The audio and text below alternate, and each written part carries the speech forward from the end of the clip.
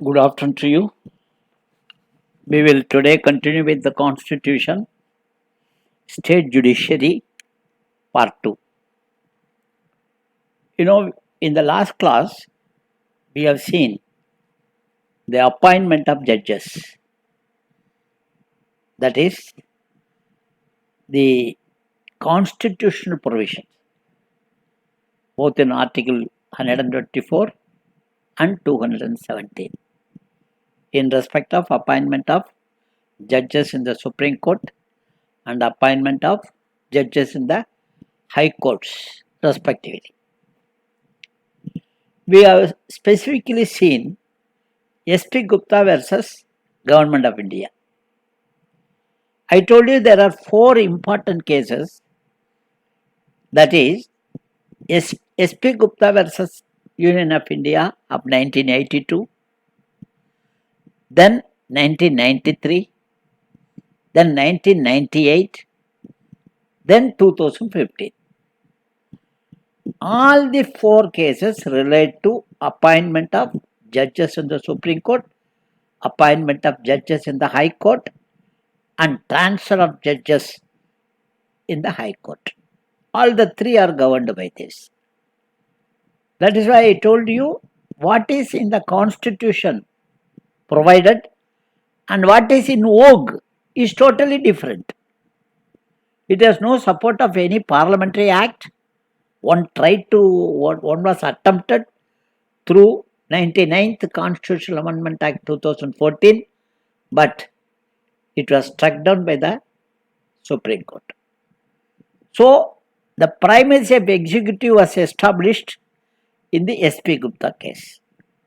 So, the Supreme Court held in 4-3 majority, 4 in favor of the decision, 3 minority judgment. So, 4:3 majority, that in the appointment of judges of Supreme Court and also in the High Court, the word consultation used in Article 124 and Article 217 does not mean concurrence. Does not mean concurrence. It is interesting to note, remember, that even in this case, in S.P. Gupta versus Union of India of 1982 case, Justice Bhagavati, P.N. Bhagavati, father of PIL, he said in his judgment that the appointment of a judicial committee for recommending the persons for appointment as judges in the Supreme Court and High Court is desirable. See his prophecy. Even 1982, while delivering judgment in the case of S.P. Gupta versus Union of India, Justice P.N. Bhagavati suggested that there should be a judicial committee for recommending the persons for appointment of judges in Supreme Court and High Court. This was his view in as early as in 1982. He also observed that it is unwise to entrust the power in any significant area to a single individual, however high or important may be the office which he is holding. You cannot completely rely on the executive, neither can you rely on the Chief Justice. So we should have a commission, plurality of judges, plurality of individuals, so that the appointment is fair. This was the intention of Justice P.N. Bhagavati when suggesting a commission, separate commission for appointment of judges in the Supreme Court and High Court. So, in nutshell, the first judge's case decided in favor of the primacy of executive over the appointment of judges in the Supreme Court and High Court. So, the first judge's case is over. Now, the second case relates to the Supreme Court Advocates on Record Association,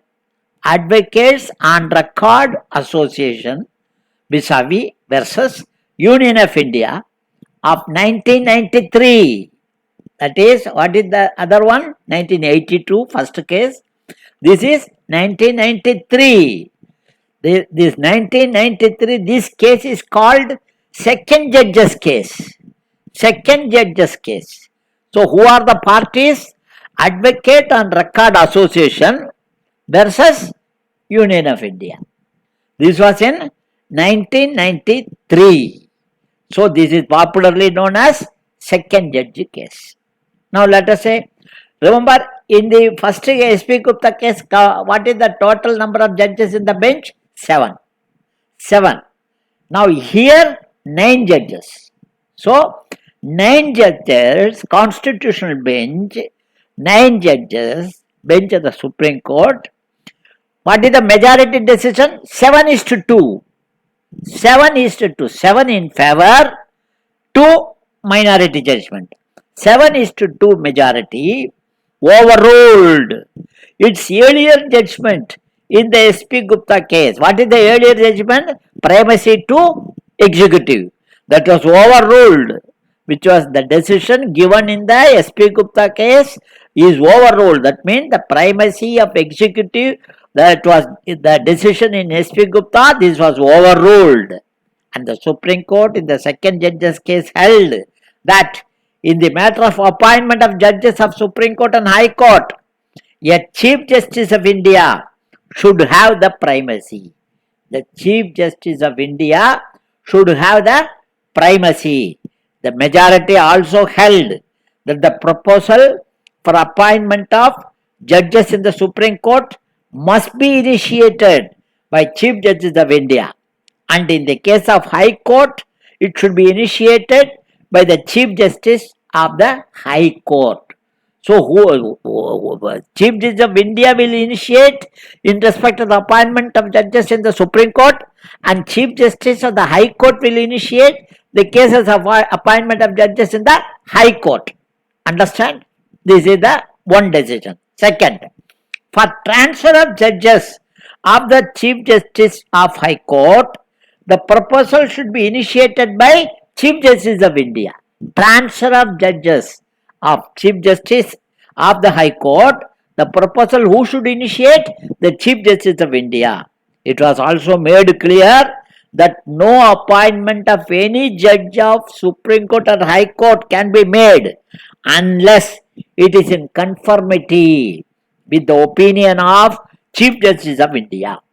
Only in very exceptional cases and for stronger reasons, the names recommended by Chief Justice of India can be ignored. Remember, the primacy was shifted to Chief Justice of India. It was also held. What are the other decisions? It was also held that the appointment of Chief Justice of India is only by seniority. Remember, Shelott, Grover and Hegde, the justice, honorable justice, all the 3 justices were overlooked, superseded, and A.N. Ray was appointed. So the Supreme Court said, henceforth, the appointment of Chief Justice of India is only by seniority. Number 1. Number 2, the individual initiation of high constitutional functionary in the matter of judges of appointment was reduced to minimum. The consultation, so many consultations not necessary, you reduce it. And the decision gave primacy to Chief Justice of India. But, see the rider, but he should consult his 2 colleagues. Senior most 2 colleagues he should consult. So 1 plus 2, that is Chief Justice plus 2 of his colleagues. The Chief Justice of India is the final authority in the transfer of Chief Justice and judges of the High Court, and these transfers cannot be challenged in any court of law. So remember, who is final authority for the transfer of Chief Justice from one High Court to another High Court? Chief Justice of India. And transfer of judges from one High Court to another court? Chief Justice of India. The second judge case of 1993 was followed by a reference made by the President of India to Supreme Court in 1998 under Article 143 of the Constitution. What is that? You know, first SP Gupta case, Kindly don't get confused. First S.P. Gupta case, 1982, then came 1993, what is called the second judge's case, that is Record on Association, Advocate on Record on Association versus Union of India. This is a case, full-fledged case. But the third judge's case is not a case. It was the advice sought for by President of India from Supreme Court under Article 143 of the Constitution. In this case, the Supreme Court widened the scope of the consultation process of Chief Justice of India. See, that was also 19, that is the second judge case also 9 judges. This is also 9 judges. First S.P. Gupta case 7 judges, second case 9 judges, the third case also 9 judges. Here the Supreme Court widened the scope of the consultation process of Chief Justice of India. Supreme Court held that the recommendation made by the Chief Justice of India on the appointment of judges of Supreme Court and High Court without following the consultation process is not binding on the government. Not binding on the government. Which is not binding? Any recommendation sent by Chief Justice of India without the consultation process, it is not binding on the President, on the government. Second, the Supreme Court also held that with regard to the appointment of judges of Supreme Court, the Chief Justice of India should consult a collegium, underline, collegium of 4 senior most judges of the Supreme Court. The 4 senior most judges of the Supreme Court should be consulted by Chief Justice of India. So how many judges total? 1 plus 4. So totally 5 people, 1 Chief Justice plus 4 senior most judges of the Supreme Court. Also, remember, these 4 judges should include the judge who will be the potential Chief Justice. After the retirement of the present Chief Justice, who will be the Chief Justice? That Chief Justice, the potential Chief Justice, should also be included in the 4 judges in the consultation process. So, 1 plus 4, that 4 should include the senior most judge who will be the future Chief Justice of India. Okay. Now, it has also been clarified that if 2 judges give adverse opinion, the Chief Justice of India should not send the recommendation to the government. So suppose out of 1 plus 4, out of 4, 2 judges have given adverse opinion about a candidate. So the Chief Justice should not unnecessarily bother the government. He will not send it because it is not unanimous. So either near unanimous or unanimous. So if 2 people have objected, naturally the government will not be inclined to accept him. So don't send. So if 2 judges have given adverse opinion, the Chief Justice of India should not send the recommendation to the government. Most important. In addition, the opinion of the collegium must be in writing. Must be in writing. All the 4 judges will give in writing their recommendation. The Chief Justice of India should send these recommendations to the President along with his own recommendation. So, how many letters President of India will get? 5 letters. What are all the 5 letters? 4 letters, independent recommendation by the 4 senior most judges plus Chief Justice of India. If 2 judges have given adverse opinion, then the Chief Justice of India will not send the recommendation. Remember, with regard to the appointment of judges of the High Court, the Supreme Court held that the collegium should consist of Chief Justice of India and any 2 senior most judges of the Supreme Court. So, as far as High Court judges are concerned, appointment is concerned, Chief Justice of India plus 2 senior most judges of the Supreme Court. Normally, the judge in the Supreme Court who is dealing with the concerned High Court. That is the normal convention. Now, With regard to the transfer of High Court judges, the court held that in addition to the collegium of 4 judges, the Chief Justice of India is also required to consult the Chief Justice of the 2 High Courts, that is, the one from which the judge is transferred and the other who is receiving him.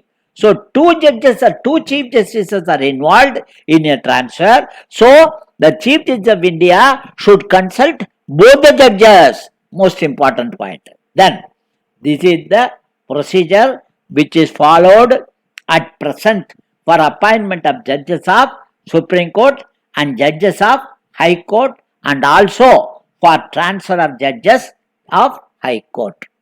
Remember, this is the procedure.